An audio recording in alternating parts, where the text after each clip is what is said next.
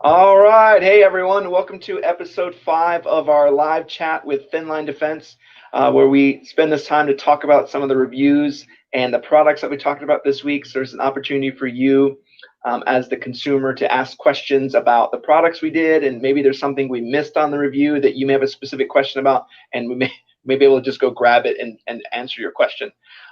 So we do actually have a special guest this week. I know all of last week we spent the majority of our time talking about 1441 gear, and hilariously, now we actually have Chuck with us from 1441 gear. So I want to introduce Chuck. Will you please tell us a little bit about 1441 gear? What kind of got you started, and some of the products you're pushing out, and what some of that motivation is? I know we were talking about your Paratus and your Bellator like the whole time last week. So over to you. Tell us a little bit about it. All right, thanks. So 1441 gear, the name comes from Psalms 144, verse 1. Blessed are you, my Lord and Rock, who trains my hands for battle and my fingers for war. It's been one of my favorite verses my whole life. And then I watched that movie, Saving Private Ryan, and the sniper kept quoting that as he was taking out Germans. But so we started about 8 years ago, officially January 1st, 2014. That was our first official day in business. And it's been a family-owned business ever since. And our inspiration for it is, well, I guess you got to back up. I used to do mental health counseling and crisis services. And about 3 years in, I needed mental health crisis services from working with people who have mental health in a broken system. It wasn't the people, it was the system that was making me crazy. So I picked up leather work and started making holsters for friends. Found this weird plastic stuff called Kydex, bought some, and pretty soon every spare minute I had was making holsters. I love working with my hands. I love being creative. It's very, very therapeutic. So one thing led to another, and the company I was with laid me off and started making holsters. So, it's been a lot of fun. Been a lot of fun being creative. I've in the past gone and searched images and saw images of the very first holsters that we've made on YouTube, not YouTube, Google. I'm like, who put that out there? That's not my holster. And my wife starts laughing. It's like, that's your desk, man. That's your holster from 2014, one of the very first ones you ever made. So it's been a big learning curve, and we love what we do. So 2014, one of the very Goodness. So what was some of your motivation to get you started in the products you're currently doing? I know with the Bellator and the Paratus. So the Paratus, some guys came to me that shooting buddies, and they did private security overseas, contract work, and then stateside they did a lot of training of private security as well as several contracts.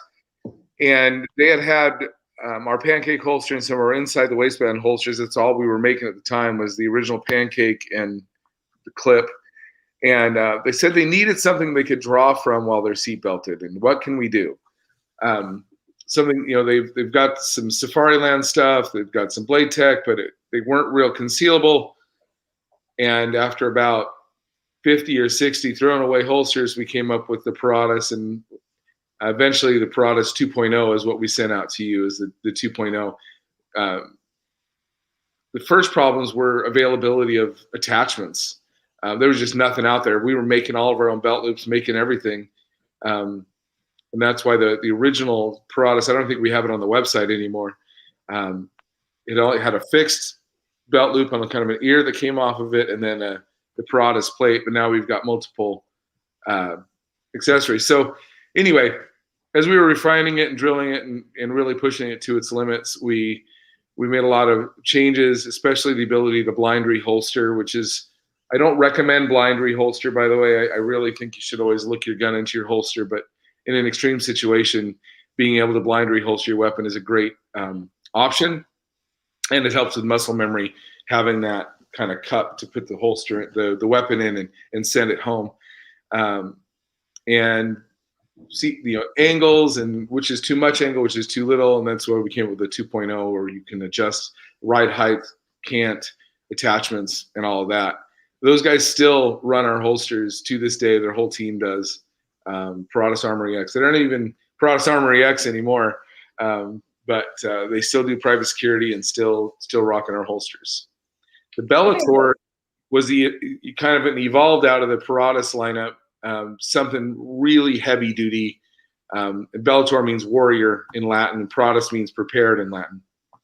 So the Bellator was born from the idea of a battle ready, Minuteman hardcore holster, extremely customizable, with different lights, optics options, threaded barrels, all that kind of stuff, as well as have some fun with colors on the inside and outside. At this point, we can do that QLS on it, as well as your tech lock type setup. So, and then it's also compatible with most leg thigh rigs and belt run stuff. Most of that it'll bolt right on. Oh yeah, they seem pretty awesome. I think the biggest thing that impressed me was the number of options that you had, like the sheer amount of different firearms you could do and different firearm combinations, from the different lights to the different guns. Like, how do you do the lights? Like, I know you showed me kind of your rack of guns, the blue guns, but how do you do all the lights? Spend a lot of money buying lights. That's honest truth. We've got thousands of dollars in lights, and a lot of them, and they do break, and we have to toss them. Streamlight said they would replace it. I'm like, okay, great. And they actually replaced the TLR1 for me. I told them what I did to it. And so they actually sent me one that the guts were fried, the electronics were fried.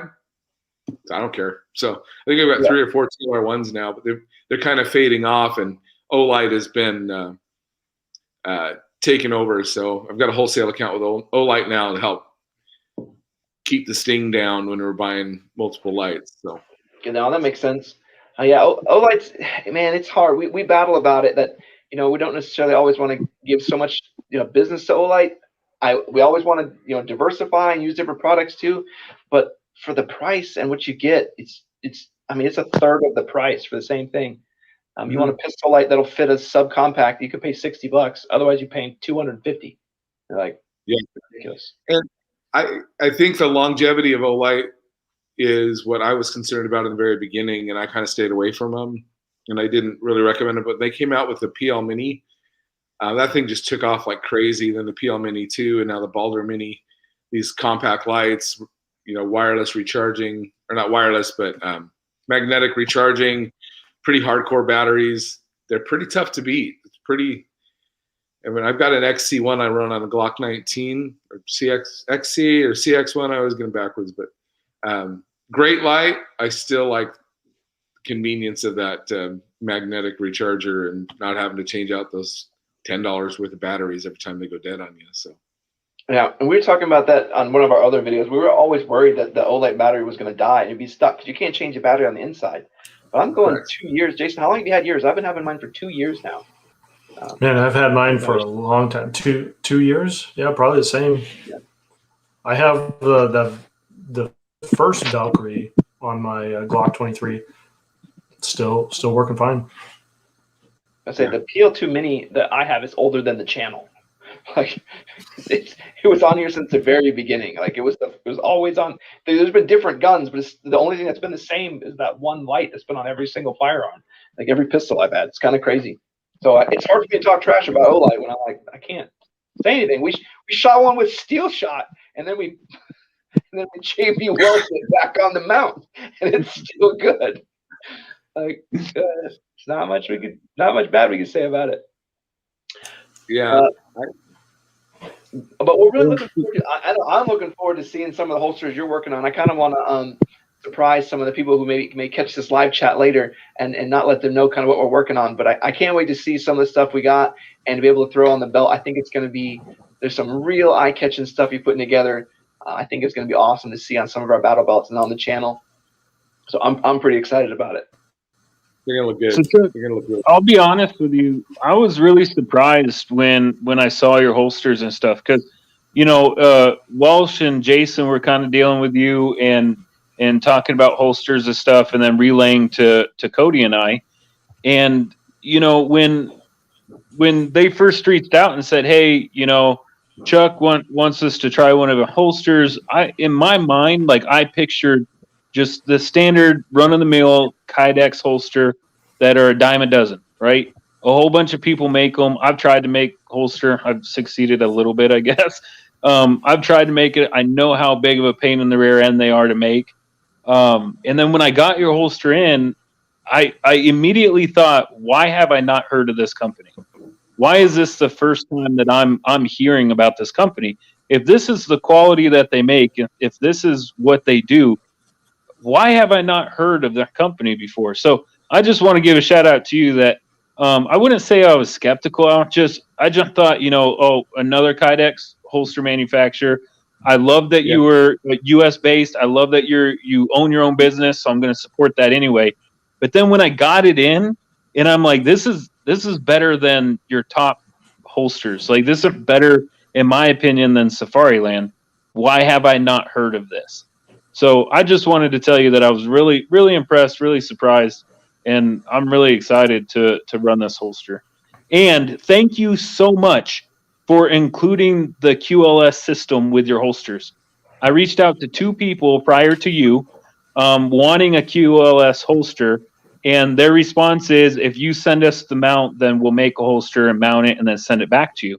So I just want to say thank you for offering them and offering them from you, so I don't have to spend the shipping to ship it to you, and then you make the holster and then send it all to me.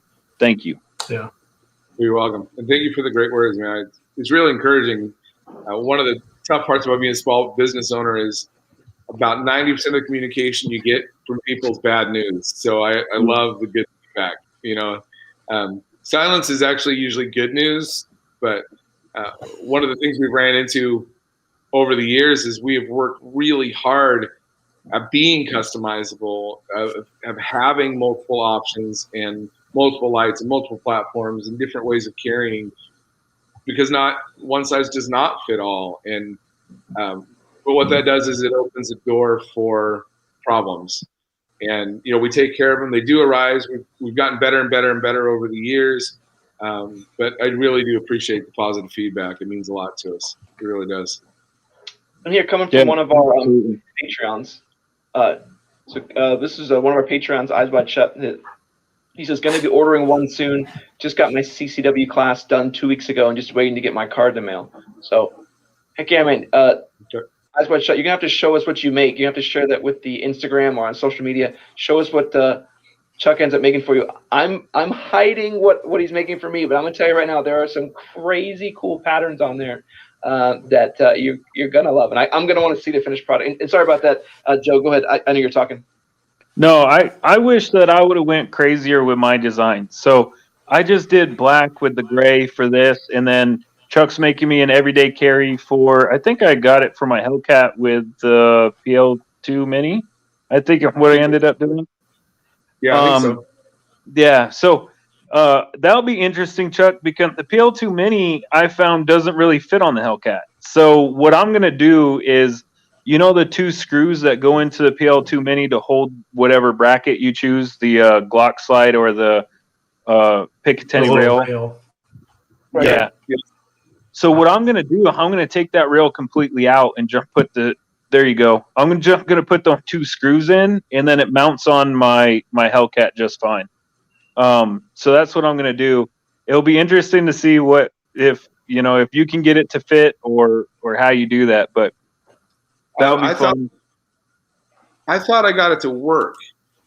Now you got me thinking. I thought we got that to work. Maybe we threw me a couple videos where somebody takes the Glock slide and they file it down quite a bit. The Glock slide insert, it down quite a bit, and then it fits. But yeah, you can knock that piece down. If you take out that thing altogether and just run the screws in it, the screws sit inside the slide on the Hellcat, and then it locks in.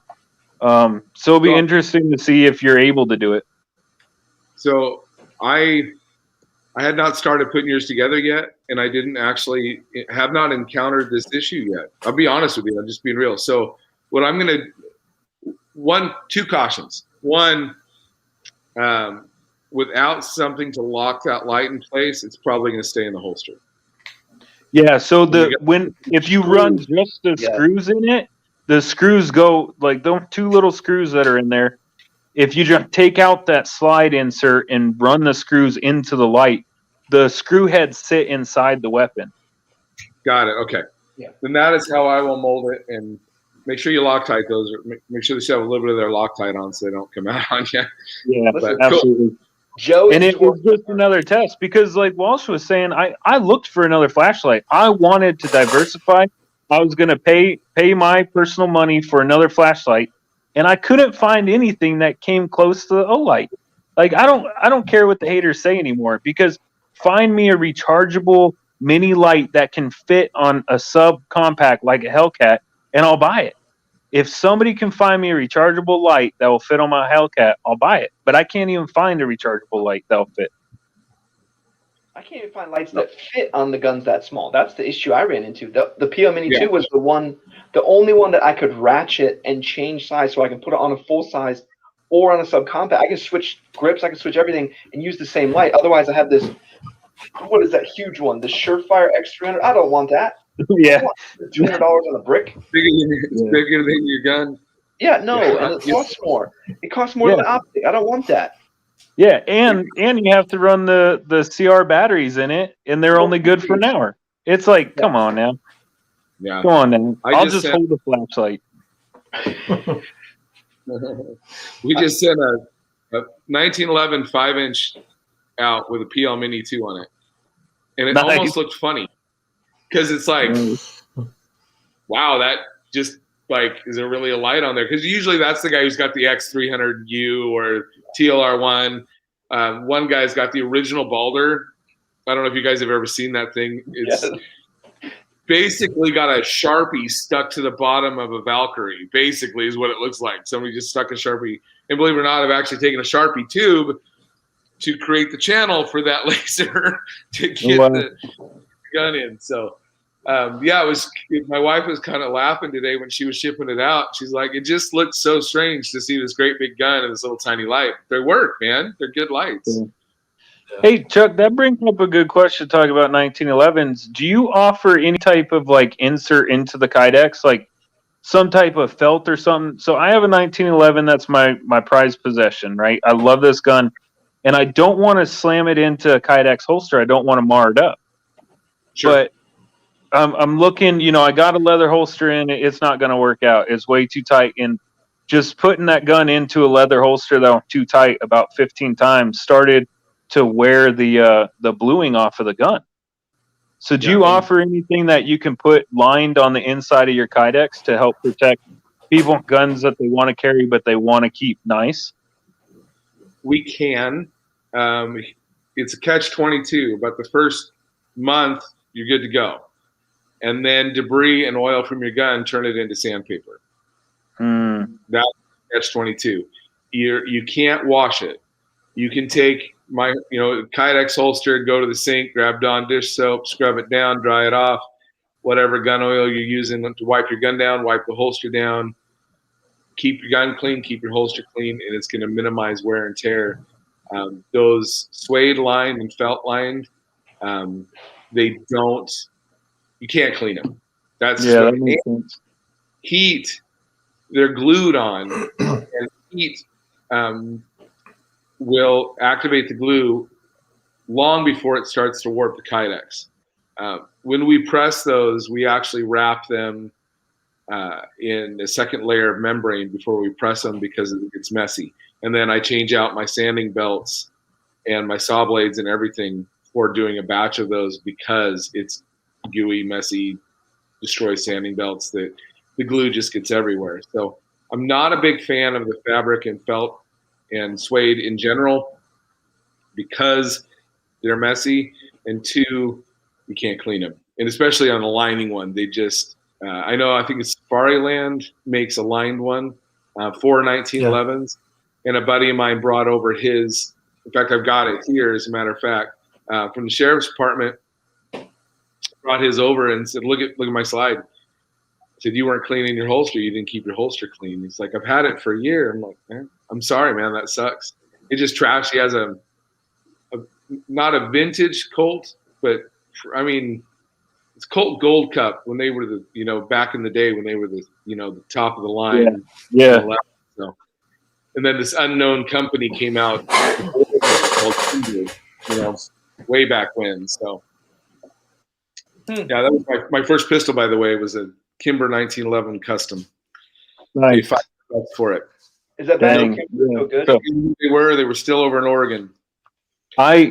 I got my 1911 because I always wanted my grandfather's. So my grandfather got one. It fell off the back of the truck during World War II. I always wanted that gun, and he passed without giving it to me. He was trying to figure out a way to get it to me. I was overseas, and he passed. And I'm not on good terms with that side of the family, so I'll never see that gun. So I said, you know what? I'm going to make my own heirloom. So I got promoted in my job, and I said, okay, for my promotion present, I'm buying a 1911, and I ended up buying the Colt competition series, and it's not an expensive gun. It's not the best gun in the world, but to me, it's my prized possession. It's got some high It's praise. like somebody with a regular Chevy pickup truck, but that ain't the best truck that they'll ever own. That's me and my Colt 1911. There's nothing wrong with that Colt, though. I mean, that's a fantastic 1911. The only thing that's beating it is the 2011s, and if they weren't around, it would still be top dog. Yeah. I mean, it holds 8 instead of 7. I gotta say that. They make better guns, better guns. Really, they just make fancier, more expensive guns because lead coming out of the end of the pipe at the level that one does, you're splitting hairs to beat it. You really are. You really are splitting hairs to beat that. And you got to spend $5,000 to be comparable. That's what we're talking about. You can spend $900 for $5,000.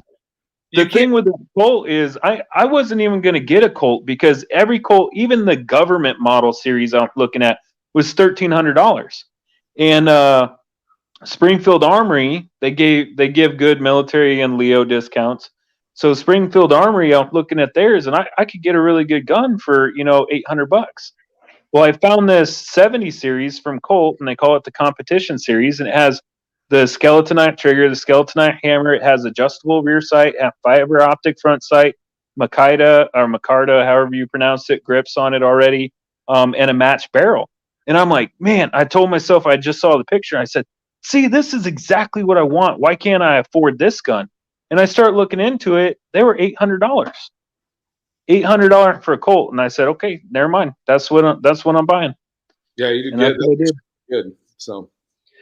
So Harry Baloney was asking us, is the 2011 is 9mm? So the 2011s are basically 1911s, but they're double stacked 9mm. I don't know. Can you even get them in 40 and 45? I've just only seen them in 9. I think you can, but they're all custom jobs. Yeah, I mean, and they're like, if you want to get into 2011, starting at $3,000. Yeah, $2,000. Yeah, $2,000 will be like the Amazon version. Yeah, for a double stack, $2,000 where they kind of start.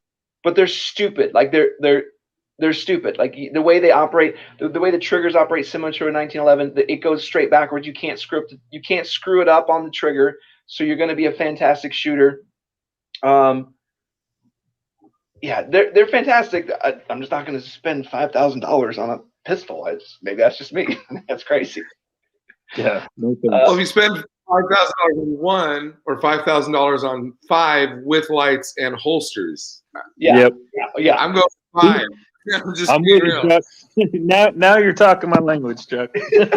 I'm the neighborhood. Because if you have some. Yeah. So Harry's saying, 5K stats. Yeah, go look up 2011s. Like while we're sitting here, go look up what are the S? Oh yeah, the Staccato. Yeah, so they are really cool, but they're really expensive. But I'm with you. I have friends. STI. Yeah. So like, here's my thing. If the world was ending, and then I show up with one $5,000 gun, my buddies are gonna go, cool. What else you got for us? Like, sorry guys, this is all I have. I spent everything on this one. Yeah. Or we're going to look at you and be like, you better hope it don't break. Yeah. Or one gun broke. All right. Let's transition just a little bit. Chuck, you're welcome to stay with us. We'd love to hear your input as we get some more questions too. And like I said, I'm really looking forward to seeing your holsters. I'm really looking forward to showing it off. I can't wait till everybody sees kind of the design that you put forward for us to put together and kind of the idea you had in your head. I can't wait to just show it off. So I want to kick it over. Chuck, real quick, Chuck, since you haven't made my duty carry, I want it to be black on the outside, so if it shows, it doesn't bring a lot of attention. But feel free to do something, whatever you want to that to make it pop or whatever. Okay. It'll be a surprise for me too. So feel free to do whatever, as long as it's not a bunch of male anatomy parts all over it. Then I'll be cool with it. That's okay. Well, what about Deadpool riding a unicorn? I'm cool with anything like that. I'm down. So Joe from our Patreon, he says that's what PSA is for. Now it kind of leads me into we are getting a PSA 6.5 Creedmoor that we're going to test this whole just as good idea, where we're actually going to use a 6.5 Creedmoor against more expensive firearms to prove that it's really the shooter. When it comes to me, the limiter is going to be me. Like my Tikka, I'm going to shoot my Tikka as good as I shoot the PSA because both those guns are better than I am, and I can't wait to show people that it's really the shooter and has nothing to do with it. The $1,500 the PSA costs $1,300 and the Tikka costs $1,500. I mean, there's no huge difference. I just can't wait. So I'm super excited about it. Some of these guys know. But why don't you tell everybody why this is our second PSA 6.5? So sad day. So we have in inventory floating through America somewhere, there is a 6.5 Creedmoor PSA Gen 2 that was sold by me that has a fantastically awesome hexagon Cerakote job, crazy hyperfire trigger. It's done. Like, it's done up. That was our just as good PSA gun because it was funny. And I sold it to buy the Tikka, and now we need another one. So I was like, I'm just going to get another one of those 6.5s because they're fantastic. So we reached out to Palmetto State Armory, and they're gonna hook us up with one to shoot and play around with for the summer. So that'll be cool. Well, I like that you reached out to the person you sold it from and said, "Can I buy it back?" And they were like, "We really like this gun." I did. I go, hey, are you? Because last I knew they didn't have an optic, so I knew they'd been hunting for an optic for a while. And I was like, man, maybe they haven't shot it or haven't done anything with it, and they'll just sell it back to me for what I paid for it, and what they paid for, or even a little bit more. It's worth it. And yeah, they're like, no, we really like it. We don't really want to sell it. Like, oh, of course. Yeah, I'm still upset that you sold that gun. I'm still upset about it. So for our viewers that don't know, that was like the third gun I ever painted, and Walsh wanted this hexagon crazy paint, and I went bananas on it, and I did it the way that I wanted to do it. And my daughter was helping me, and she kept saying, well, what if he doesn't like it? And I said, tough. If Walsh don't like it, then I'm just going to give him what he has into the gun, and I'm going to keep it. That's fine with me. All the viewers have to know. Walsh, hold on. And then Walsh gets it, and he does a little, I need the best of everything. He bought a trigger for that gun before he ever shot it. He bought a brake for that gun before he ever shot it. This isn't the time frame that Walsh had to put all the Gucci parts on a gun. He hadn't even shot it. And then he goes and he shoots it, and be honest, Walsh, he goes and shoots it, and Walsh shoots like crap. So then Walsh decides, well, it's the gun's fault, and buys the Tikka. No, I didn't shoot it poorly. I just never really even shot it. I don't know why I don't know. I just love the idea of the bolt action for some reason. And then now I love the idea of a gas gun. I think I just need both. It's the rule, just don't sell guns. Now, I do want to say to everyone, if Joe paints a gun for you, you better not ever sell it. That is like a child. Like, he has just birthed a child to you, and it cannot be given. You can't give a child away. Like, don't even think about it. Yeah. I'm not, man. So one of our patrons says, I'm upset that you sold that gun too, and I've never seen it. So disappointed. So while you're talking, I will go and I'll go find some pictures. I'll find some pictures. So this is going to be a good segue, and I'll find you some pictures. Yeah, Harry's even saying, I won't sell you my guns. Listen, I learned my lesson, okay? One more thing before I switch over, Jason. We do have 350 Beowulfs, and they're all painted exactly. And at one point, I think each one of us Jason has never mentioned it, but me and Cody have mentioned at one point selling those Beowulfs. Is like, no, you can't. We have 3 of the same. It has to stay. So they're going to be around forever because you can't sell them. And not only would Jason get mad, but Joe would be like, why are we selling my children? Okay. I love our viewers. They're mad at you too. I'm going to find a picture of the old 6.5 while you tell us a little bit about your Montana adventure. Yeah, so a buddy of mine, Matt, over at Disillusioned 1811 YouTube channel, dude's a rock star. He's a coworker of mine. So he went to school in Montana, and he invited me out to this, like, a buddy's winter camping trip to Montana. So we went out to Missoula, first time to Montana, and they told me we're going to go snowmobiling. First time snowmobiling. Just had a blast. So the guy who owned the property, super cool. Just got to meet some great guys. So I wish I would have had the camera running the times that I did fall off of the snowmobile, because I think that would have made great video.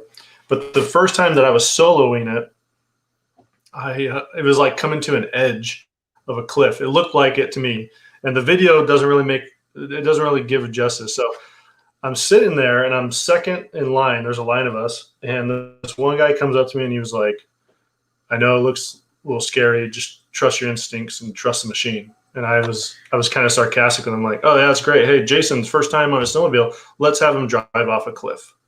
He was like, you'll be fine. It's okay. But that's what it looked like. I mean, it just looked like I was driving off a cliff. So anyways, head down this mountain, had a blast. I think we were on that thing for a few hours that day. And then I didn't get video of it, but we went back up to the top of this mountain. We just shotguns for, I don't know, an hour or two, and then cooked some brats over a campfire and just had an absolute blast. So I never met any of these guys before besides my coworker, Matt. And they were all like, we got to do this every year. Jason, you're more than welcome to come back. So Montana is going to be a yearly trip for me now. Absolute blast. I fell in love with it. And when I got home, I asked my wife, like, what do you think about moving to Montana? And she was like, no way. No, it's too cold. Hey, how was riding in that Jeep with the tracks? I've never been in a track vehicle like that. The thing was, so that's another funny story. So when we showed up to this guy's base camp, that Jeep was there, and he locked the keys inside the Jeep. And we borrowed a Slim Jim kit from like one of his buddies, and we spent a half hour trying to get that stupid thing unlocked by like duct taping Slim Jims together, try to get like across the Jeep to unlock it. Nothing was working. And so I ended up going to the back of the Jeep, and I had a guy help me pull the basket that was on the trailer hitch, move the tire away, and the back door just popped right open. We spent a half hour trying to unlock the 2 front doors. But once you get inside of it, I mean, top speed, I'm guessing, would only be 30 miles an hour. But it was cool as hell, man. It was so awesome.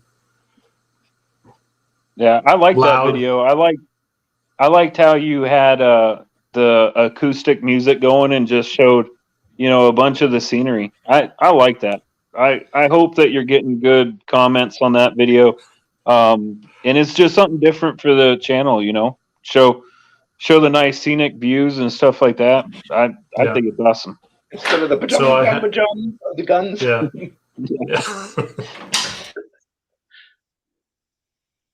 No, I really did enjoy that one. Real quick, I do have the picture of Jason. Do you have more you were going to add to that one? No, sorry. Daughter just walked in and was showing me her owie. Oh, copy. Eyes Wide Shut did mention should probably sell the Strybog, though. No, that's definitely going to get some screen time. It's actually going out tomorrow. Right. Hollow Sun 510C. We're going to be shooting that tomorrow. I love that. Okay. I like Eyes Wide Shut, man. How are you going to sell the 6.5 Creedmoor gas gun, but then go out and buy a Strybog?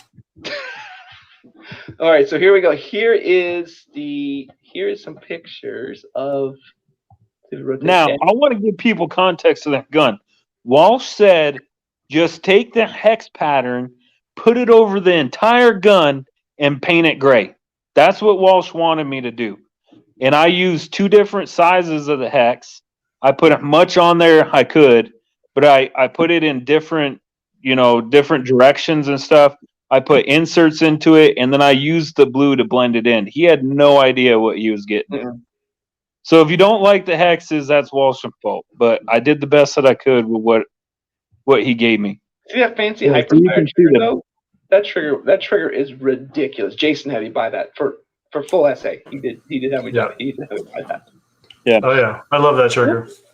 That was the craziest part about that whole gun, was that trigger. And I love how you did even the Luth AR stock. Like the whole thing was done. It was like one flowing piece. And Yeah. what happened to that gun? Did you sell it, Walsh? Is that what happened? Yeah. I did sell that. Good looking gun. And like I said, I asked for it back. I was like, "Can we buy that back?" And they're like, "Oh no, we really like it." Yeah, of course they told you no. You probably sold it to him for a stupid low price too. Oh, it wasn't very expensive. Yeah. That was before COVID got down. Nowadays, I could probably sell that for like $2,000. Be like, hell yeah! We've been going to a lot of shows. And I can't believe 6.5 Creedmoor is about $150 around right now at the gun shows. Well, even on a good day, it's $1.25. I mean, back pre-COVID, it hasn't jumped as much as like 223 or 556. Thankfully, We're losing. it's jumped, but it was already pricey. $3.80 down here in Texas, $2 a round for hardball, $3 for hollow point. Unbelievable. That's bomb. Yeah. Yeah, it is a Crazy. gun. I'm very glad. I'm proud that there are now 2 of Joe's babies out in the wild. Only one without its original owner, though. We have sold 2 of them technically, but one of them was actually purchased from the very beginning. But he's just as sad about that one because he had to mar up a beautiful paint job on that one too. Yeah. That one was. I mean, it is what it is. If somebody pays me for a paint job, then they pay me for a paint job. But for full disclosure for everybody, we started this, and it was more like, hey, let's start this company so we can paint all of our guns. And that's what we ended up doing. I've only painted, besides for friends and family, I've only painted one other gun, and that's that one that we showed last time. Yeah, for the 50, that was the only one that's the only one we've actually been contracted out to paint. Otherwise, we just paid you to paint ours. Yeah. Chuck and Harry was saying that was $2 for 380. Yeah, $2 a round for your Plinkin rounds at $3.80, and $3 for hollow. That's what they were doing. 2 gun shows we were at. It sounds like I know it was kind of a taboo thing to say like a year ago, but if people really are training, and it depends on what you're doing in terms of plinking, but airsoft is a whole lot of the same technique. Particularly if you're going to use a 22 anyway, it's the same because you really don't have much kickback of the 22 anyway, particularly on a rifle. And if you're really just running drills, getting that muscle memory I've done it. I've been out there doing it. I do it for optics. We record out some doing airsoft, then we do some live. I couldn't tell you which one was which. They feel the same. One bounces you for a split second more than the other, but they're the same. Well, the science behind running airsoft, like I have a Glock 19 airsoft, which is radically different from shooting a pistol, but my groups shrank every time I drilled with that. Every time I would do, maybe 500-600 rounds of the airsoft, load them with 17 rounds, so it was comparable to my magazines, and worth every penny I spent for this stupid thing. Kind of a pain in the butt to reload the gas and all that, but it's next to nothing to shoot, and you will improve. The reality is that the top shooters in the world spend 5 times as much time dry firing as they do live firing. Top shooters in the world. So you add the blowback of a airsoft and the cycling of magazines and everything else, you're doing nothing but improving your fundamentals. Fundamentals is what wins a fight. Nothing, not fancy this or that. It's the fundamentals that are going to win a fight. And build a cool little like BB or whatever you want to call them catch system, and you can shoot it in your house. You can shoot it down in your basement. The catches are cheap. I have them. I have a bunch of them, and like they're super cheap. And Joe kind of taught me that when I was learning to shoot pistols. He was like, so I was like, okay, Joe, I'm going to go and I'm going to keep shooting at the range. And he's like, no, stop doing that. Like your range time should be training validation. So go train your ass off, train for like a month, and then go one day at the range and see if it worked or if it didn't pay off. And then do the same thing, but don't be like this. Oh, I'm going to go drop 100 rounds every week to work on my training. Like it's not effective. 100 rounds isn't effective, but it's too many rounds, to shoot more than that. Oh, I went and shot 100 rounds. Well, you didn't get any good training. You just wasted 100 rounds. So yeah, people are gonna have to get a change in the thought process. Yeah, even Misfits jumping in. Yeah, dry fire is so underrated. I will say, and it's super expensive. We're gonna go just got off topic for a second, but that Mantis X, they have the Mantis, the X3, which isn't quite as expensive. It's only $100, but that thing was nuts in the fact that I was doing things wrong with the pistol that I wasn't able to figure out I was doing wrong. Like it wasn't, too much pressure from the support hand, or I was breaking my wrist on the trigger. All those little, or even squeezing my fingers as I was pulling the trigger. You don't notice those super tiny micro movements until the app yells at you. So I really went about a month of training and using laser cartridges and using all these things, and then about 5 minutes of using the Mantis, I cleaned up everything. Like, oh, okay, copy, got it. And then it was like, oh, no, I'm good. So like the Mantis is interesting because you're only going to use it and then you're going to be good. So like I would much rather just let somebody borrow it. So I'm like, oh, I'm good now, because you learn what you're doing wrong and then you fix it and then you don't really need it anymore. But it gives you that immediate feedback. I thought that was really interesting. Oh, okay. So we'll go over some of the other videos we did this week. We did the Scalarworks scope mount. I know that thing is awesome, but that is probably the most expensive scope mount I've ever seen. So no kidding around. That scope mount is about $400. I would be in a hard place where I would be able to buy. I mean, I would love for my life to be so good that I could pay for that, but I really do love that scope mount. But in reality, I don't know how many people besides someone like us at Thin Line Defense would use it to its full capacity, where we're going to be changing out scopes in mounts all the time. Like if you're going to do that all the time, I think it's totally worth it. But if you're going to put it on one scope and throw it on a rifle, like on that 6.5 right there, that mount never came. That mount and optic never came off.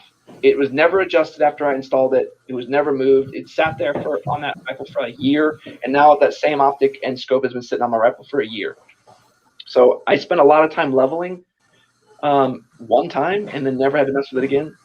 So while I love it, I don't know how many other people would really have a space, like have a need for that. Yeah, and if you have any type of gun vise type thing or anything to put the gun in, leveling is not hard at all. I mean, as long as you can get the gun leveling the scope's super easy. I mean, you just need to level and put it on the top turret and call it a day. Joe, have you done those little? Have you seen those little Amazon wedges, the like Arasaka wedges? Have you seen those? No. So I guess they're almost the same as the Scalarworks, but there's like a $20 piece you can get off Amazon. I just saw it today, where instead of having a screw that goes up from the bottom, it's just these two wedges that, when they push together, they level out on the top. So it doesn't really matter if the bottom's level or not. So then it still levels against the bottom of the scope. So all you do is you take two, I don't know, metal thing. I need to order this thing. You take these two metal things and you just slide it in. Then you tighten it down. It's almost the same as the Scalarworks. But you can use it on just about any mount. No, that makes sense. I mean, slide it in, tighten it up. When I first started, I started on bolt guns, right, or my single shot 223. So there's two individual scope rings on most bolt rifles. So you don't have that luxury, right? And what I did, I just clamped it in a vise. With any semi-automatics, I just put a magazine in it and put the magazine in the vise and just kind of snug it down. Don't crack your magazine. But the gun should be level then. I try to check on the back, like right above the charging handle, because the scope's not on it yet. and on the handguard to make sure that they're both level, because certain handguards you can get just a little bit off. But it takes me 10 minutes to level a scope. Yeah, for the price cost, I don't know if it's really worth it for the amount of time where the normal person would spend, like you said, 10 minutes. You spend, let's say it's 30 minutes total from like getting the vise out, setting it up, locking it down, lining You want everything to pay $320 to save 30 minutes. Yeah, and that's why I mean, I love that mount. I love that scope mount. Yeah, and I love the concept of it, but you won't catch me paying $400 for it. No, and I don't think anyone besides someone like us would really use it unless you're changing out scopes all the time, like every weekend. Like, yeah, I'm just gonna change out scopes in this. Hell, my scope itself was $350. Yeah, it would be a little weird to put that on there. Yeah. All right, we'll spend a couple minutes also talking about the Haley Strategic Flatpack 2.0 and the DC3RM Micro, the front plate pocket we talked about. Can we skip this one? You want to skip it? Oh, there's one thing I want to add. I just want to add the we can skip it, but the backpack.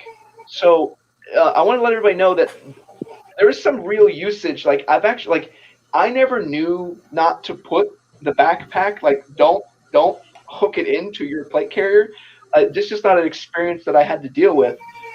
But I learned about that through Joe. You know, when I was like talking through these ideas, like, hey, I'm gonna do X, Y, and Z. He's like, no, absolutely do not do that. And I'm like, why? He's like, I'm gonna tell you a story. I have water in my plate carrier. So, Joe, do you want to share that story?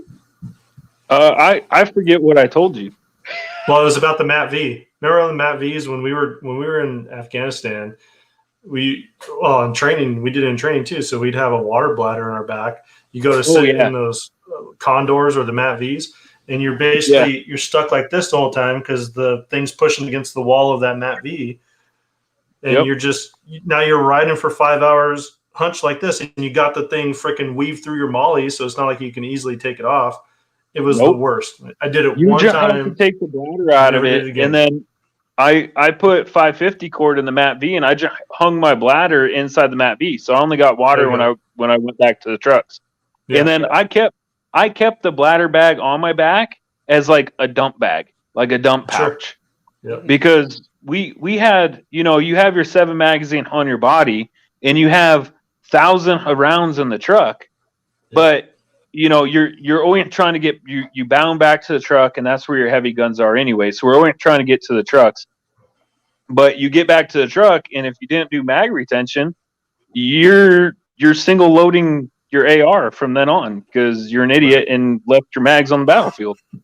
So I practiced doing mag retention and just shoving them inside, in between my body and my body armor. Just like through my armpit or whatever, just sliding them in between or dropping them in that camelback sleeve. Yeah. And I think I even commented on your video, like, well, you better have Cody be your battle buddy and get something out of your backpack. Cause I mean, if it's food, right? Like say it's food, you're fine. You put an MRE back there, you're fine. You put anything out of your med kit in that backpack, and you're in trouble. And that's why I don't understand. It's too small, and it's super popular. Okay, so that Haley Flatpack is super popular. I like the front plate placard, kind of. I really like the slick carrier and more. Anyway, but the bag is a tactical fanny pack. That's what it is. I love the fanny pack. Is awesome. Don't even get me. That's all that is a tactical fanny pack. I like the tactical fanny. The Ferro, the Dangler is awesome. Anyway.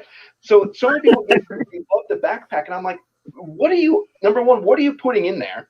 Like a couple pieces of salami, and how are you getting them out? Like, I don't understand what you're putting in there, and I don't know how you're getting it out.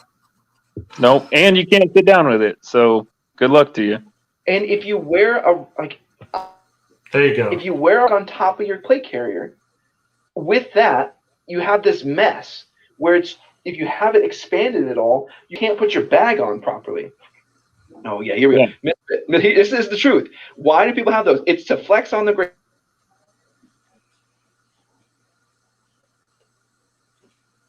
I think I would be flabbergasted to be like, wow, you actually found a way to use this in a realistic situation. And I am completely impressed because I couldn't figure out a way to do it. No, just run a regular backpack. And then if you have to go prone, if you have to get into your backpack, whatever you need to do, if you want to sit inside a vehicle, you can take it off. Well, and what I don't understand is why don't they make it so it hooks in the back? So let's say you need something, you can at least bring it over your head and get it, and then put it back and attach it. There's more garbage everywhere, but at least you could access it. Yeah.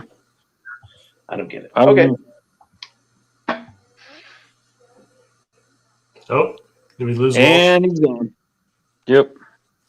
Oh, so what else man. were we talking about? I don't know who became the host. I don't either. So Walt's the one that sets all that up. So when he tries to join back in, none of us know how to let him join back in. That's funny. Maybe he get logged back in. So one of the things I saw that I always get DCMR3 whatever. Yeah, man, he buys some Gucci stuff. So I saw the price of that thing, and it was like $200 or $300. I remember it was pretty expensive. And I have that Hill People gear chest rig that they have. And hold on, Walsh has messaged me. So I have a Hill People one. I paid $80 for it, and it has MOLLE on the front, so you can attach stuff if you want. You can unzip it and hold your gun in there if you want. So when I'm hiking, because my bag has a hip belt, I can't wear a hip holster. So I'll have my gun in that pouch on my chest, and it's $80. It works just as well, if not better, than that DC 3PO thing that he has. I don't know, man. That thing looked ridiculously expensive. Chuck, you know what we're talking about? No, I don't even know what to call it. It's like that little tiny thing that you put it. It's not a plate carrier. It's a chest rig, Chuck. So it's a chest rig. It can hold 3 AR mags, and then it has a little zippered pouch, and it sits right at chest level. It's not a plate carrier, but you can put it. You can attach it to your plate carrier if you want. And then Walsh has, I forget what he calls it, but it's a little floater that hangs right underneath that. Yeah. Oh, hey. And then he had the little baby backpack that he put on it, and it was just a whole bunch of money. I could just see dollar going out the window, just somebody throwing money out the window. And I don't know. I personally thought it was worth this. I think I can carry more in my cargo pockets on my pants than he could in that. So. Hey, so Joe, sorry to cut you off. So I don't know how to put the question up here like Walsh was doing, but Harry Baloney said, Chuck, the Pancake and the Paratus 2.0, do they have the same OWB mounting system? No. The Pancake, well, yes and no. So the Pancake is kind of what we started with, what everybody was doing back when we started. And you can use your standard belt loops, enclosed wings, Pancake wings, and seat clips. But you're fairly limited on adjustment on a lot of those. And it's got a wider footprint. The Paratus 2.0 is going to have the Paratus plate, which is just going to bring the gun a lot closer to the body, and that goes along the slide. And then all those same attachments. They're really, truly apples and oranges as far as the features. The Pancake is much more of a traditional feel. It's bigger footprint, pulls it into your body, conceals really well. Mm-hmm. It rides a little bit on the high side. If you do the traditional belt loops, you're going to get some adjustment out of it as far as cant. But the Paratus 2.0 really is, in my opinion, what we've sold, what we've seen, the feedback we've gotten, it is one of the most flexible, usable, adjustable holsters we've ever put out that people have ever got their hands on, simply because of the variety of attachments you can use with it and the adjustability of those attachments. So the more we talk about holster, the more I realize I think I ordered the wrong one. You ordered the Curve. Do you mean to switch to a Paratus 2.0? Chuck, you make me whatever you think that I'm gonna be wearing. I want something. It's for the Hellcat, so I want something very concealable and that I can carry around every day.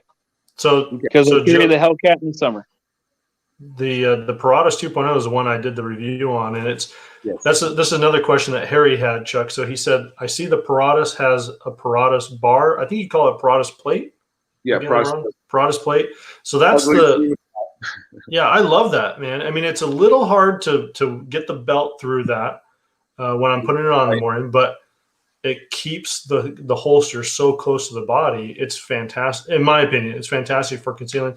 I've been carrying my XD Mod 2 for since I got that from you. Have it on right now. Super comfy, driving with it, walking around with it. Haven't had any issues with it compared to my normal Kydex EDC. And it sits closer to the body, which I love. Good. Yeah. So, Harry, the Paratus plate goes on the slide side of the holster. And then I have a traditional belt loop. Is that what you call them, Chuck? I forgot from the website. Just a traditional belt loop on the standard belt loop on the trigger side. Misfit. Sorry. Go ahead, Chuck. Please, go ahead. So Misfit said Wiseman Company just had a review on that today. Were you talking about that Hill People Gear chest rig, Misfit, or the DC3PO thing that Walsh did? And then he said, Misfit says, dude, I love my Hellcat. Your early videos made me pull the trigger on buying one. So Joe, shout out to you. Oh, awesome. I'm glad that you bought it. I got so much hate on the videos. It was ridiculous. So Chuck, did you ever see I'm doing this in air quotes, the trigger issue with the Hellcat? So I heard there was something I heard a lot of opinion and people who've never picked it up. Yeah. So I figured it out. I figured out what mine was doing at least, and I knew that it was different than my other guns. I did some videos on it, ran a file on it. I got so much hate. People said that I'm gonna shoot my junk off, and I made my gun unsafe, and like all kinds of stuff. It was ridiculous, but I'm glad you got it. I'm glad you like it. I do like my Hellcat. I'm a Springfield Armory fan though, so I'm kind of biased, but I like my Hellcat, and I'm glad you got it. I'm glad you like it, man. We sell a ton of holsters for them. They're great weapons from everything I can see. I think people are going to change. They don't want it new. Right. Yeah. So Joe sold. Opposite, right. Joe sold me. Joe and I met, 2009. He sold me on going away from Glock to Springfield. And I don't know if Joe remembers this or not. We went to a gun store in Mountain Home, Idaho, and he had me go and look at the Glock. I think it was the Glock 19 and the XD9. And you open up the case and you see the Glock came with I think it was a gun and 2 mags. And then you open up the case for the Springfield and it was a gun. I think it was 3 mags, a mag pouch, and a holster. And maybe a speed loader, Joe? Yeah. Yep. And so I've been an XD fan or a Springfield fan since then. I have more Springfields than I do, I think, anything else. Me too. I think I have 4. Yeah. I have the original XD M45. I have 2 Mod 2s, one in 40 and one in 9mm, and then I have the Hellcat. Yeah. So your buddy, Eyes Wide Shut, says, I miss my XD Mod 2. My brother just got a Hellcat today. Can't wait to go run some rounds through it. Yeah, you'll like it. I will say, though, on the Hellcat, the magazine with the extension on it, it does tend to bite me a little bit. I mean, it's not uncomfortable, but I do feel it. Yeah. So not the best gun to go send 10,000 rounds through it. But, I mean, if I'm shooting 13 rounds in defense of my life, then I don't care if it pinches me a little bit. But, yeah, I mean, small it is and everything, I love that gun. I love that gun. Get one. I still want to get one. And then so yeah, Chuck, make me whatever holster you think that I'm going to love, and I'm sure I'm going to love it. After seeing what you already sent me, I know I'm going to love it. Yeah.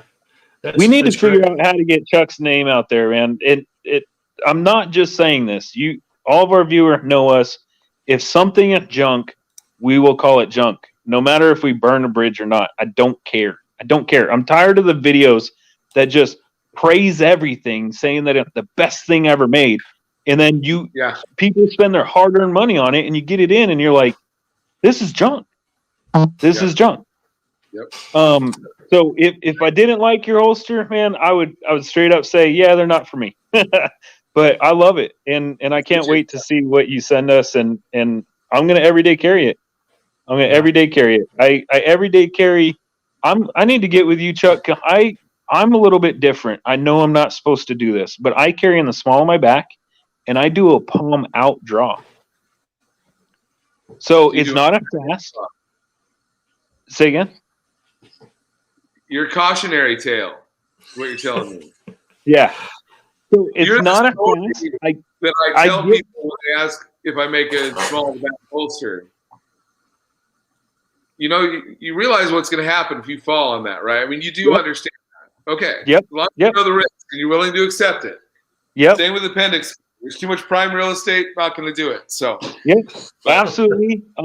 If I fall on it, I have the chance of breaking my back, and a palm out draw is nowhere near fast as a traditional draw. Like, I don't get a great grip purchase on it. I understand all that. The thing is, and when I'm wearing blue jeans and a t-shirt, like, that's the only way that I can really conceal guns. And I would rather have a gun on me than not have a gun at all. So if it takes half a second more to draw it, or if I run the risk of hurting myself falling on it, then that's what it is. I understand what you're saying. I think I'm going to send you the Paratus 2.0, and I think it's going to fix that problem for you. That's going to be awesome. I'm really excited.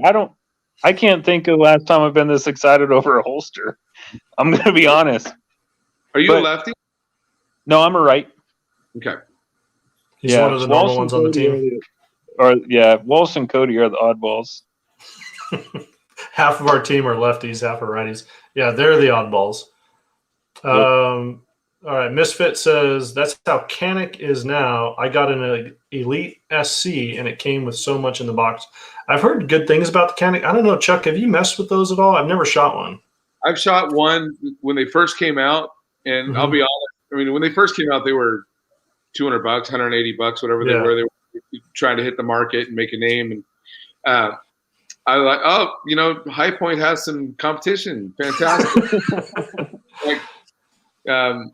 And so we took it out. A buddy bought one. He's like, well, it's all I could afford. I'm like, then save your money. It's my thinking. I don't know this company, but it seemed to be pretty good. I've got a lot of diehard customers that have moved away from Glock to Canic. Kind of, surprised me a little bit because you're talking about a gun that weighs about twice as much as a Glock. So I've heard good things about it. I've shot one. I think it was the TP9, the one that first came out. Shot great, good groupings. Easy to group, good natural point game. I've got a pretty big hand.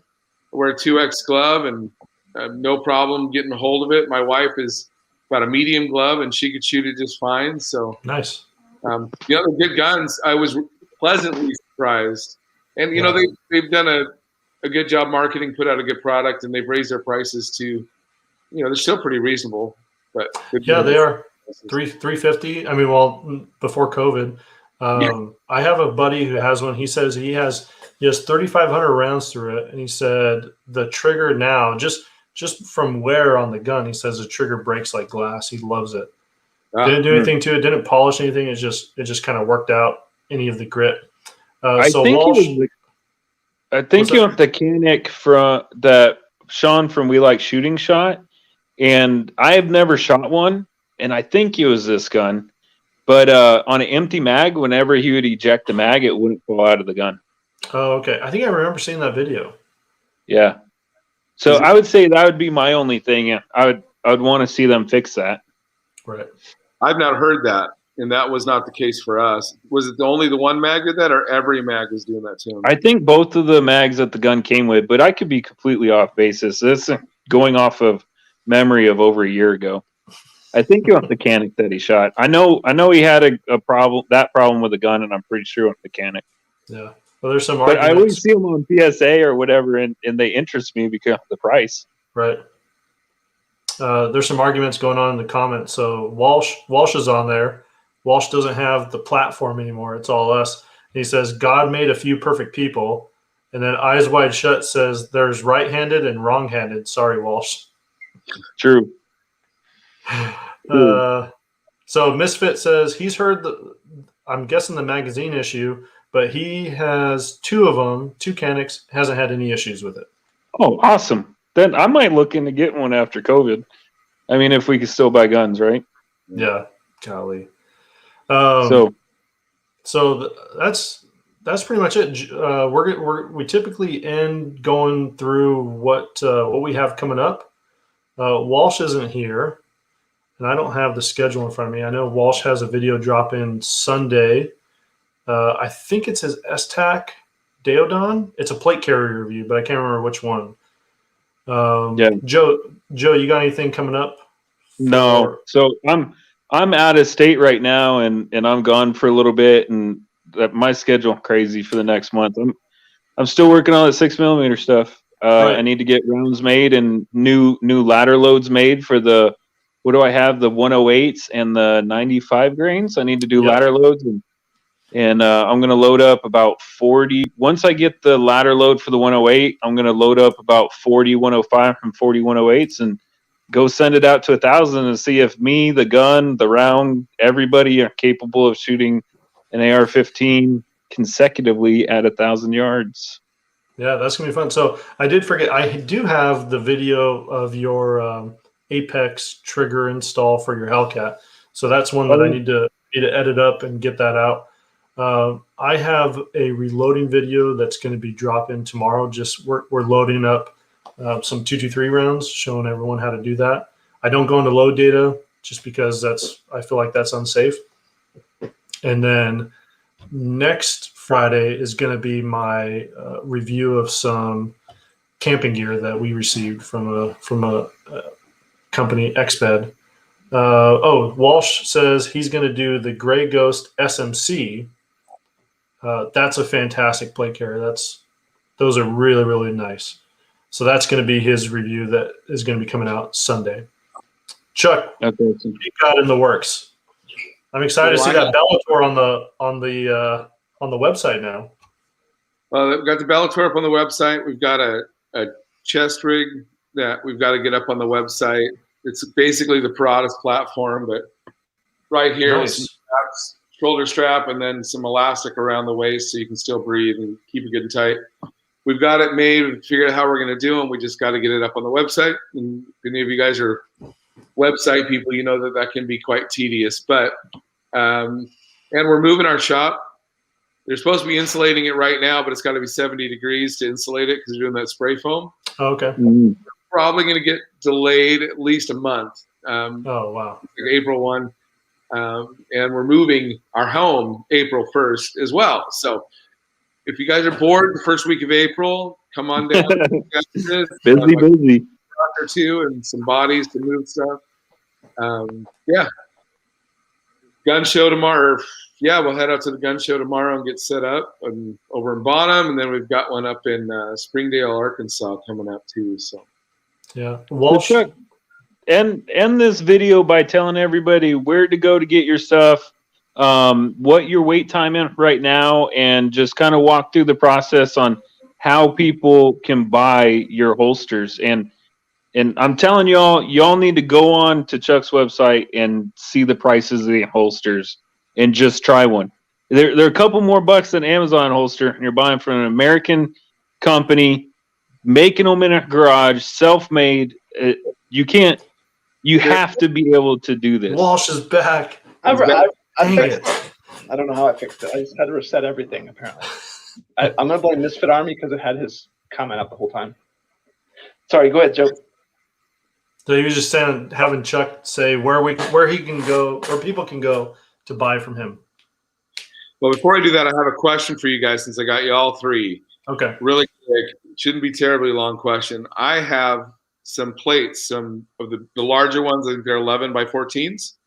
I'm having a hell of a time finding a decent plate carrier that will accept the bigger plates. So go. Someone, please throw me a bone, please. Hold on. So Yeah. I don't know if the Gray Ghost Minimalist would work. I have a Gray Ghost Minimalist, and I put standard 10 by 12 plates in it, and they're loose in there. So they might be able to hold the bigger ones. It is kind of wobbling there. And then the other one that I have that's a little loose, I'm not sure if it's big enough to hold the bigger plates, is the Condor MOPC, and I forgot what that. It's like Mobile Operations Plate Carrier, something like that. But the Condor MOPC. Walsh is coming over with his plate carrier box. This is we have graduated to a box of them, just so you know. I have the Condor MOPC. Okay. I don't like the way it doesn't. It's not very stable on the body. It's really soft and really flexible, and the cummerbund. I don't like. I don't like the cummerbund system. It sags and moves, and when you put anything on the sides, it just kind of sags, and it has a really hard time staying stable. That's the only one I found. Never even heard of Gray Ghost, so let's take a look. Yeah, Gray Ghost gear. They're out of Idaho, I believe. They actually have another company. Have you ever heard of Tactical Tailor? Yeah, they're up in. So I used to live by them. Yeah, so Tactical Tailor, Gray Ghost gear, and Gray Ghost Precision. They're not all owned by the same company, I don't believe, but like the Tactical Tailor shop in Tacoma sells Tactical Tailor and Gray Ghost gear. Well, when I was there, they had nothing that will fit my plates. They could custom make me one, but they had nothing at the time. Well, this has been 3 years, so I'm looking at it now, and even the S-Tech Daedon, these are 10 by 12s, and there's not. You want to run a 11 by 14. Probably run it. This one, because it's got a good bit of extra room at the top and the bottom. Width-wise, what did you say the width was? 11 by 14. By 14. It's 14 tall, 11 wide. So you could easily run it. This is a fantastic carrier. Nobody knows about this. Jason told me about it ages ago when I was shopping for a good plate carrier. It's probably one of the best I have.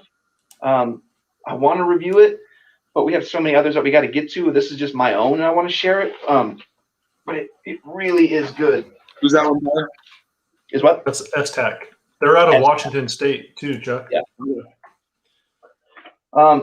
So either Walsh is gonna just box all them up and mail them to you, so you could try to fit your plates in and then mail them back, or just mail one of your plates to Walsh and he'll sit there and shove them into each plate carrier for you.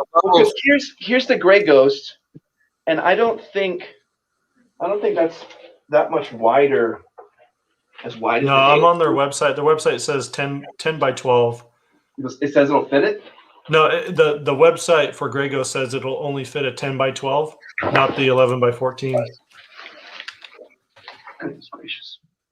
Well, I bought the level 4 plus with anti-spall coat, so it's cheaper to send the carrier to me and I'll send it back. Yeah, so you might be able to squeeze it into that S-Tac, Chuck. I'm looking at their website, and it says made to fit large SAPI plates, which are profiled at 10 1/4 by 13 1/4. And they're very, very thick. Oh, okay. Yeah, I just don't know. What plates are they? Are they the Mine are AR500. I bought them about 5 years ago when they first started over there in Idaho. But they're level 4s then? If they're the ones I'm thinking, the thick ones. They're 4 plus. So those are actually those plates. The ones who makes those are actually those are HESCO 4401s is what they are. They're the same manufacturer. They just rebranded them. AR500 armor just rebranded. No, the level 4s. Anything that's ceramic. There's ceramics that they actually have. No, they're not ceramics. These are not. These are AR500 steel. They're steel plates. They're heavy as hell. 4? They're 4 plus. What does it weigh? Like 12 pounds? Something like that. So tell you what, you send those to us and we shoot at them, and I'll get you some plates. my chest rig without the water was 65 pounds. No, heck no.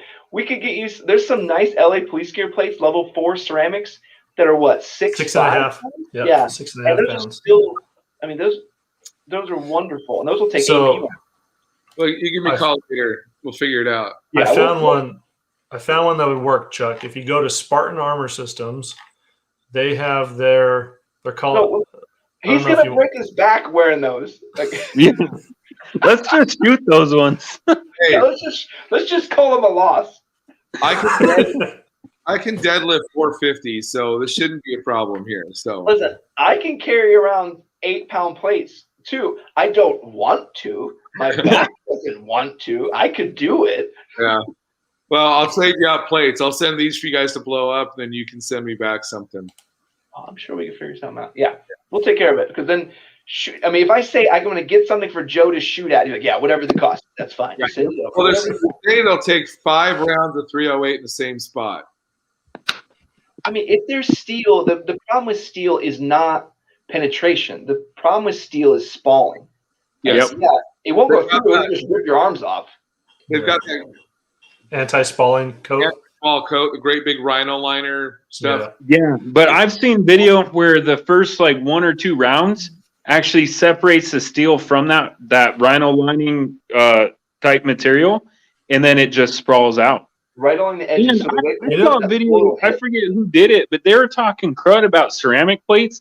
Jason and I have shot ceramic plates in our overseas training, and I've sat there and witnessed a ceramic plate that is expired take over 17 AK rounds at 20 yards, and it wasn't until the 18th round that stuff started coming through the other end of it. Yep. Yeah. So you're going to have some bruised ribs, maybe broken ribs, but 17 rounds, almost the same spot. 762 by 39. Yep. Oh, I'm so Eyes Wide Shut. He got the LA Police Gear plates, and he's a carrier though. They have an LA Police Gear carrier. They're on sale right now. Oh, Eyes Wide I Shut. don't think he knows this, but we're actually going to give one of these away. So maybe he'll get lucky. Not with a He-Man though. That's a can't have that. Yeah, and if you use our discount code, do people get an extra discount at LA Police Gear with our code, right? I think so. I don't remember. Yeah. I'd have to double check that.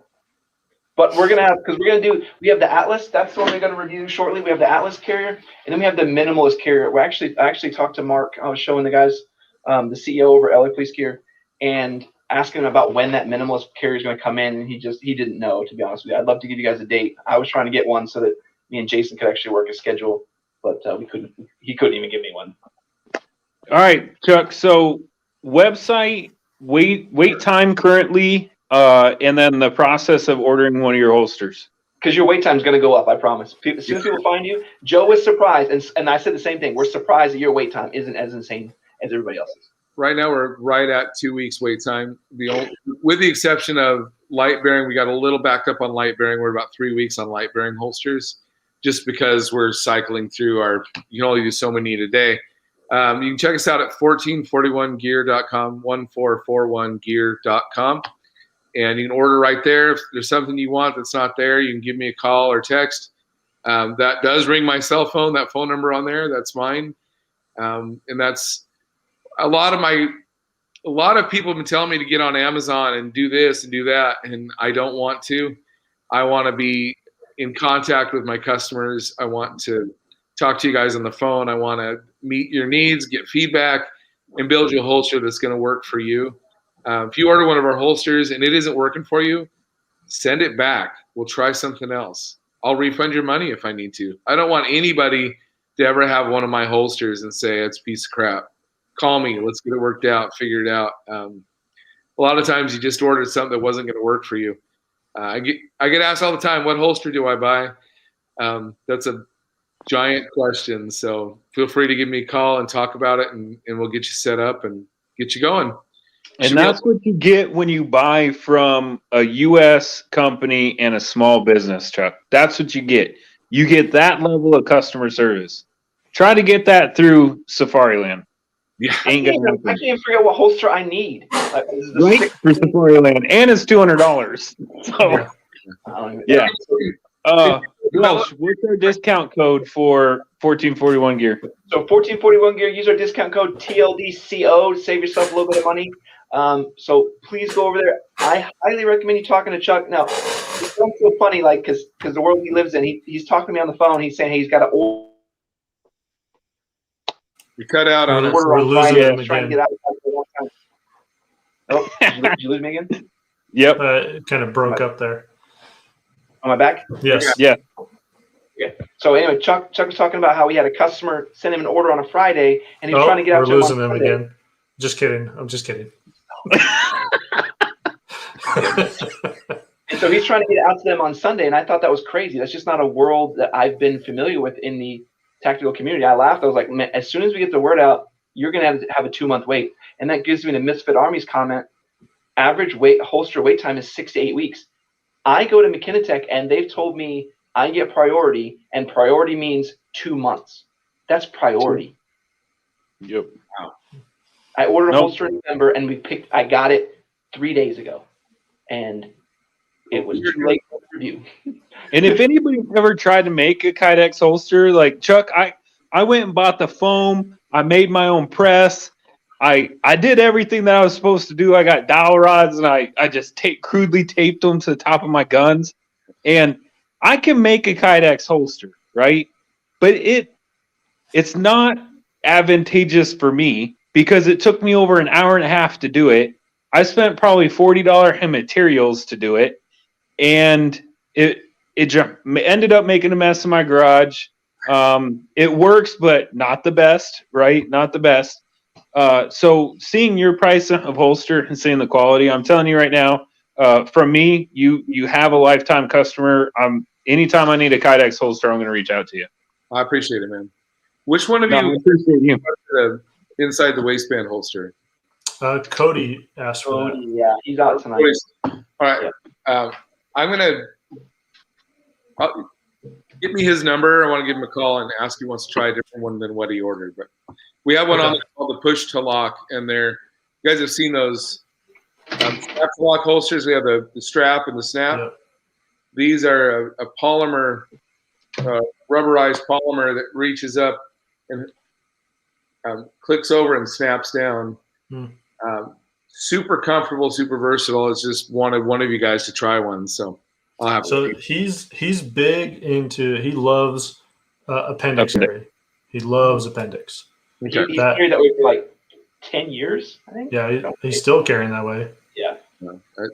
Train. I won't do it. Yeah. I transitioned over. I'm with you. I didn't really like where everything was aiming at. Okay. But you just get used to it. But, prime real estate, man. Important stuff. Yeah. But it's so much easier. Like if I'm riding in a vehicle, there's so many more positions where I can access. I mean, we're getting it. Going. I usually like to carry kind of like Joe. For me, it'd be like 7 o'clock, 8 o'clock.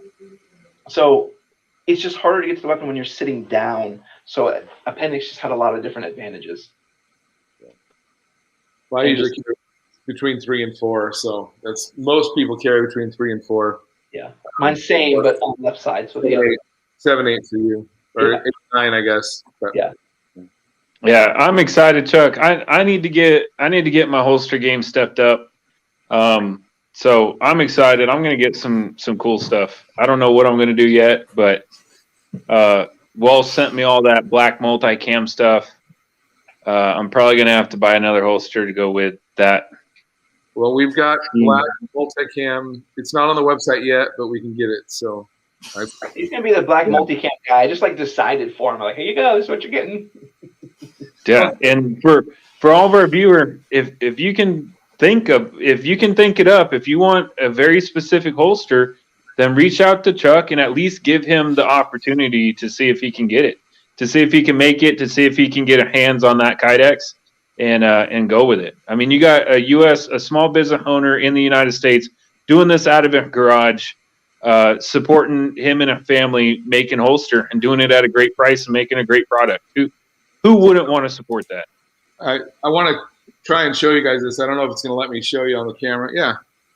So that is a print we are doing for a guy. Oh, nice. It needs to be Cody's print. Don't tell him.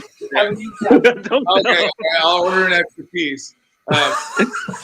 So, Joe, you're going to love this gun he has done up for his wife. You guys are going to die. Her name is Wendy, by the way. Oh, wow. Oh, dang. Cool. Yeah. And across the top, Mouse Catool. Oh, nice. We're the ones that watch Mickey Mouse Club, but Mouse Catool. Yep. I would have put O-Toodles right on the other side of it. All right, everybody. Well, we're running a little bit long, so we're going to go ahead and call it. I want to say thanks for everybody watching. Thanks for Chuck for coming out. We would love to have you out another time. Maybe after we get our holsters, we can all play with them, and then we can talk about our experiences live with you out here, and we can share here. I did promise everybody we were going to do a giveaway. I have a rear bag from Tab Gear that I want to give away.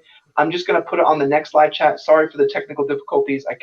Things kind of got out of hand, so I'm sorry for that. But I do have a rear bag we'll give away on the next live chat. So please come out again, and we'll give stuff away to like the 2 or 3 people that show up. So between Misfit and Eyes Wide Shut, congratulations, one of you guys can win. Harry was on here too. I might have to log in then. And Come win. Yeah, so I appreciate it. Thanks, guys, for coming out, and we'll have some cool stuff for you. Maybe I'll have some smaller things we can give out. I would love to be able to do T-shirts as a giveaway more frequently, so maybe we'll start doing that too. We can just get a T-shirt ordered and sent to you also. So then you can have some tactical girth going on. All right, everybody. Well, thanks so much. Any parting shots from Joe or Jason? Nope. Chuck, any last things you want to share for the group?